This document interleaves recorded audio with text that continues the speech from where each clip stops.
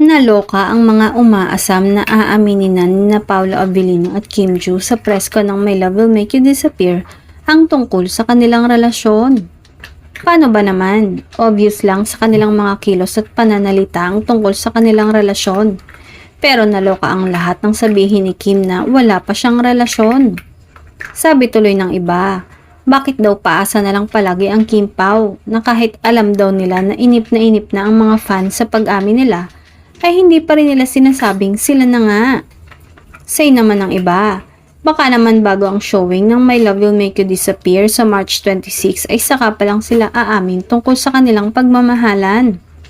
Samantala, tuloy-tuloy ang aktres na si Kim sa pagpopromote ng pelikulang My Love Will Make You Disappear. Sa sunod-sunod na Instagram story ng aktres, makikita ang mga larawan ng poster ng nasabing pelikula. Ipapalabas naman ito sa mga sinihan sa Pilipinas sa March 26.